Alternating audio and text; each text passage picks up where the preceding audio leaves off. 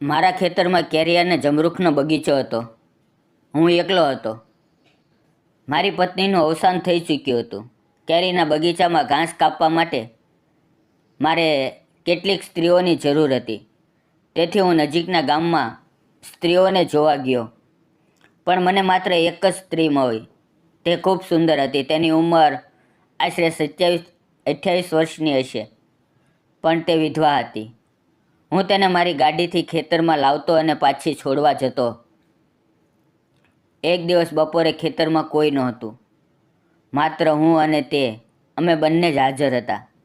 તો નમસ્કાર દોસ્તો, મારું નામ ગણેશ છે. મારા લગ્ન કેટલાક વર્ષ પહેલાં થયા હતા. મારી પત્નીનું નામ સેજલ હતું. તે ખૂબ સુંદર હતી, પણ એક સામાન્ય બીમારીને કારણે તેનું અવસાન થઈ ગયું. મને આજે પણ એ દિવસ યાદ છે, જ્યારે મેં તેને પહેલી વાર જોઈ હતી. હું તેના ઘરે જોવા ગયો હતો. મારી સાથે મારા માતા પિતા અને કેટલાક અન્ય સગા પણ હતા.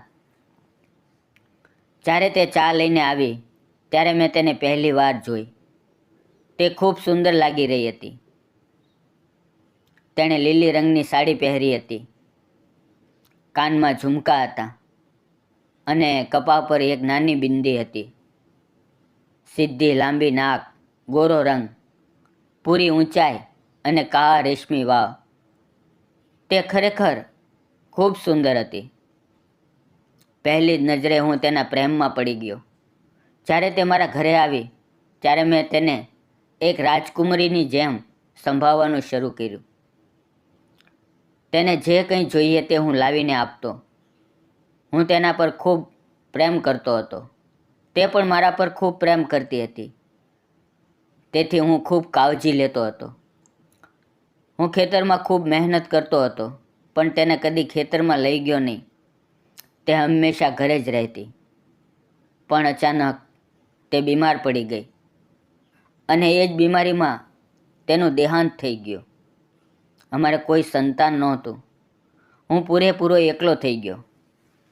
1-2 વર્ષ એમ જ એકલતામાં વીતી ગયા. ખાવું પીવું, દિનચર્યા બધું અસ્તવ્યસ્ત થઈ ગયું. મેં ઘણી છોકરીઓ જોઈ, પણ બીજા લગ્ન થઈ શક્યા નહીં. હવે મારી ઉંમર 34 વર્ષની છે અને હું આજે પણ એકલો છું. હું ખેતી કરું છું. મેં કેરીનો બગીચો લગાવ્યો અને જમરૂખનો બગીચો પણ લગાવ્યો. ખેતી કામ હું ખૂબ સારી રીતે કરું છું, પણ એકલા મારાથી બધું થતું નથી. તેથી મારે કેટલાક મજૂરો રાખવા પડે છે. અમારી પાસે એક ગામ છે. ત્યાંથી જ કામ માટે સ્ત્રીઓ બોલાવવી પડે છે. એમ જ એકવાર હું એ ગામ ગયો. મારી પાસે 2 વ્હીલ છે. મેં ત્યાં જઈને પૂછ્યું કે શું કોઈ સ્ત્રી ખેતરમાં કામ કરવામાં આવશે? ત્યારે એક વ્યક્તિએ કહ્યું, આગળ જઈને એક ઝૂંપડી છે, ત્યાં એક વિધવા સ્ત્રી રહે છે. તેની પાસે પૂછો, કદાચ તે કામ માટે તૈયાર થઈ જાય. હું એ ઝૂંપડીની સામે ગયો. દરવાજો ખટખટાવ્યો ત્યારે ત્યાંથી એક સુંદર, લગભગ 27-28-29 વર્ષની યુવતી બહાર આવી. તે ખૂબ સુંદર હતી. મેં કહ્યું, મારું ખેતર બાજુમાં જ છે. ખેતરમાં કામ માટે સ્ત્રી જોઈએ. શું તમે આવી શકશો? તેણે કહ્યું, હા, મજૂરી 250 રૂપિયા થશે. મેં કહ્યું, ચાલશે. મેં 1-2 અન્ય સ્ત્રીઓ સાથે પણ વાત કરી, પણ તેમને આવવાનો સમય નહોતો. માત્ર એક જ યુવતી તૈયાર થઈ. તેણે કહ્યું, હું એકલી નહીં આવી શકું. મારી સાથે કોઈ અન્ય હોવું જોઈએ. નહીં તો તમારે મને લેવા મૂકવા આવવું પડશે, કારણ કે તમારું ખેતર અહીંથી દૂર છે, લગભગ 2 કિલોમીટર. તેથી જો તમે મને લેવા આવશો તો હું આવી જઈશ. મેં કહ્યું, હું તમને લેવા અને મૂકવા આવીશ. તે તૈયાર થઈ ગઈ. બીજે દિવસે સવારે 9:30 વાગ્યે હું એ સ્ત્રીને લેવા ગયો. કામ પર જવાનો સમય નક્કી હતો. હું થોડો વહેલો જ પહોંચી ગયો હતો. તેમણે મને અંદર બોલાવ્યો, બેસવાનું કહ્યું, મારા માટે ચા બનાવી. ત્યારે મેં તેને પૂછ્યું, તમારું નામ શું છે? ત્યારે તેણે કહ્યું, મારું નામ રોહિણી છે. થોડી વારમાં ચા વગેરે થઈ ગઈ. પછી તેણે ખાવાનો ડબ્બો ભરી લીધું અને અમે બંને બહાર આવી ગયા. મેં ગાડું ચાલુ કરી. તે ગાડી પર બેસી ગઈ. તે મારાથી થોડું અંતર રાખીને બેઠી હતી. હું ગાડી ચલાવતો હતો અને ચોરી ચોરી તેની તરફ જોઈ રહ્યો હતો. તેનો સુંદર ચહેરો ગાડીના શીશામાં અત્યંત સુંદર દેખાઈ રહ્યો હતો. હું તેને ગાડી પર લઈને ખેતરમાં ગયો. મેં તેને મારી ખેતી બતાવી. કેરીના બગીચામાં ઘણું ઘાસ ઉગી ગયું હતું. એ જ ઘાસ કાપવાનું હતું. મેં તેને મારી પૂરી વાડી બતાવી. તેને મારી ખેતી ખૂબ પસંદ આવી. પછી તેણે કામ શરૂ કર્યું. હવે મારા માટે ઘરે જવું પણ શક્ય નહોતું, કારણ કે એ સમયે એ સ્ત્રીને એકલી ખેતરમાં છોડવું યોગ્ય નહોતું. મેં પણ એક દાતરડું અને ખુરપી લીધી અને એ સ્ત્રી સાથે ખેતરમાં કામ કરવા લાગ્યો. તેનો સ્વભાવ ખૂબ વાતોડિયો હતો. તે ઘણી વાતો કરતી. તેની સાથે વાત કરવી ખૂબ સારી લાગતી. તે કામમાં પણ ખૂબ ઝડપી હતી. તે મારાથી ઘણી આગળ સુધી ઘાસ કાપતી જ હતી. મને આદત નહોતી, તો પણ હું તેની સાથે કામ કરવા લાગ્યો. બપોર થઈ ગઈ. મેં બંને માટે પીવાનું પાણી અમારા કૂવામાંથી ઉતરીને કાઢ્યું. પછી અમે બંને ખાવા માટે બેઠા. હું ખાવાનું લાવવાનું ભૂલી ગયો હતો. ત્યારે તેણે કહ્યું, આવો આપણે બંને થોડું થોડું ખાઈ લઈએ. તેણે મને એક થાળીમાં એક રોટલી, લીલા મરચાંની ચટણી અને થોડી શાકભાજી આપી. તેણે ખૂબ સારું ખાવાનું બનાવ્યું હતું. ખેતરમાં ખાવું કંઈક વધારે જ મીઠું લાગે છે અને મહેનત કર્યા પછી ભૂખ પણ વધારે લાગે છે.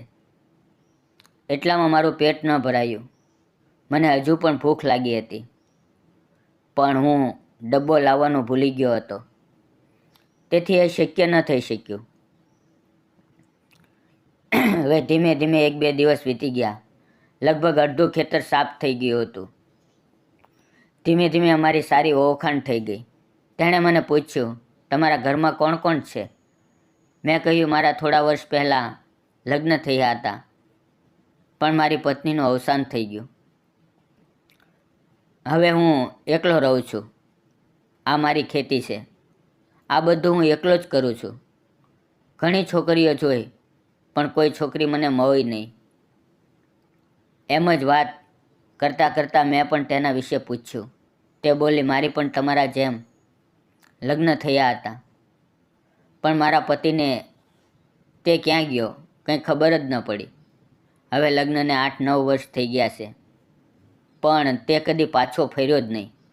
કોઈ કહે છે તેનો અકસ્માત થયો અને તે મરી ગયો. પછી કોઈક રીતે અમારી સારી ઓળખાણ બની ગઈ. હવે અમે દોસ્તની જેમ વાતો કરતા. રોહિણી દેખાવમાં ખૂબ સુંદર હતી. હું રોજ તેને મારી ગાડીમાંથી લાવતો અને છોડતો. શરૂઆતમાં જ્યારે તે ગાડી પર બેસતી તો મારાથી થોડી દૂરી બનાવીને બેસતી. હવે તે મારાથી સટીને બેસવા લાગી હતી, કારણ કે તેને મારો સ્વભાવ પસંદ આવ્યો હતો. મેં કદી પણ તેને ખરાબ નજરે જોઈ નહોતી. હું તેને માત્ર પ્રેમની નજરે જોતો હતો. તે મારી સાથે હસી હસીને વાતો કરવા લાગી. એકવાર વરસાદની ઋતુ બની ગઈ. આંબાના વૃક્ષો હવે ઘણા મોટા થઈ ચૂક્યા હતા. બપોર થઈ રહી હતી. વરસાદ ઝડપથી પડવા લાગ્યો. અમે બંને વરસાદથી બચવા માટે કંઈ સાથે લીધું નહોતું. ખેતરમાં એક કાગળનું કંબલ હતું. મારું ધ્યાન અચાનક તેના પર ગયું.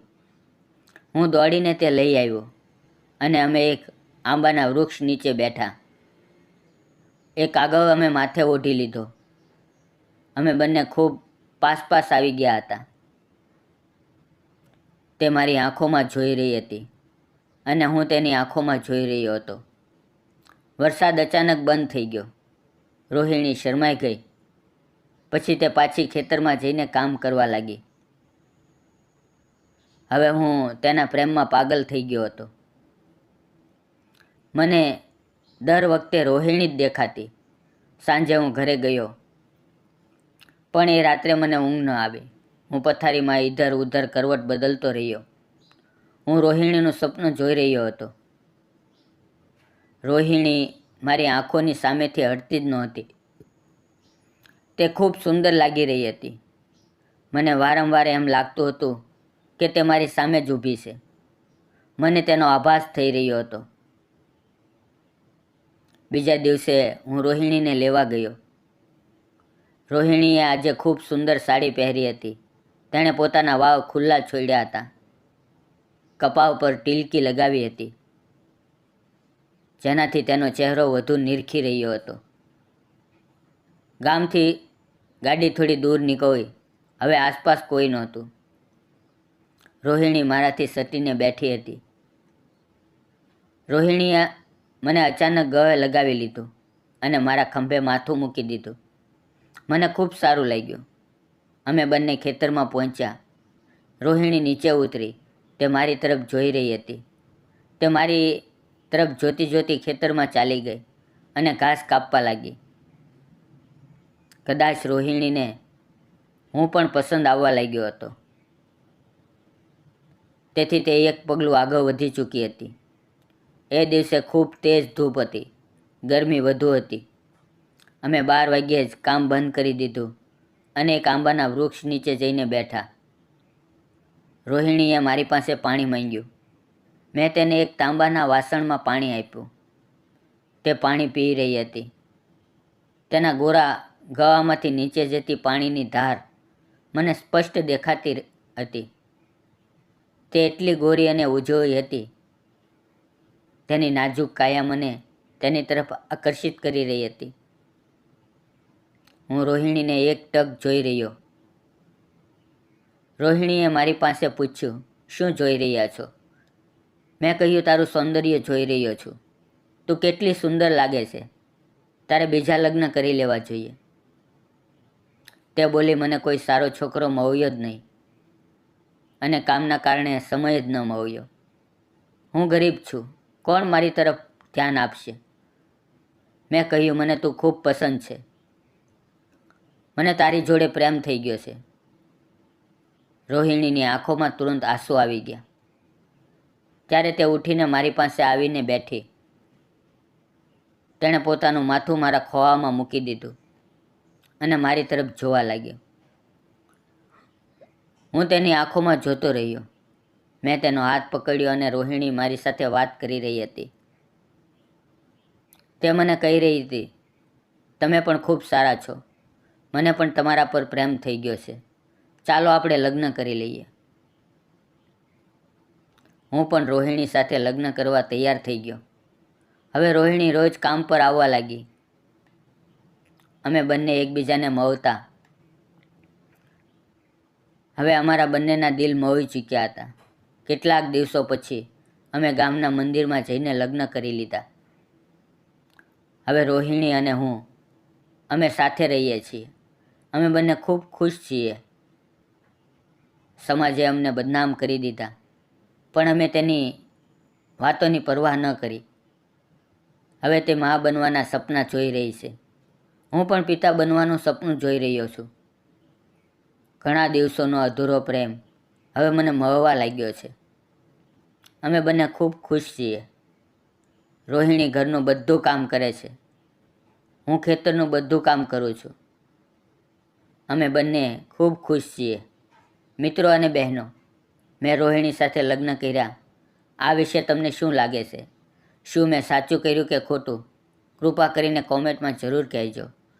ક્યારેક જીવન અમારી પાસેથી બધું જ છીનવી લે છે, પણ કિસ્મતના વળાંક પર કોઈ એવો વ્યક્તિ મળી જાય છે જે ફરીથી જીવવાની આશા આપે છે. મારા જીવનમાંથી મારી પત્ની સેજલ ચાલી ગઈ, પણ મને રોહિણી મળી ગઈ. દુઃખમાંથી ઉગરવું સરળ નથી, પણ જ્યારે બે તૂટેલા દિલ એક સાથે આવે છે તો ત્યાંથી સાચા પ્રેમનો અર્થ જન્મ લે છે. અમારા બંનેની વાર્તા એ જ છે કે જીવન બીજી વાર મોકો આપે છે, પણ એક ક્ષણની રાહ જોવી પડે છે. અમારા બંનેના જીવનની વાર્તા તમને કેવી લાગી? જો પસંદ આવી હોય તો વિડીયોને લાઇક કરો અને ચેનલને સબસ્ક્રાઈબ કરવાનું ન ભૂલશો. ફરી મળશું આવતીકાલે મિત્રો એક નવી વાર્તાની અંદર. ત્યાં સુધી આવજો અને વિડીયો પૂરો જોવા બદલ આપ સૌનો ખૂબ ખૂબ ધન્યવાદ મિત્રો.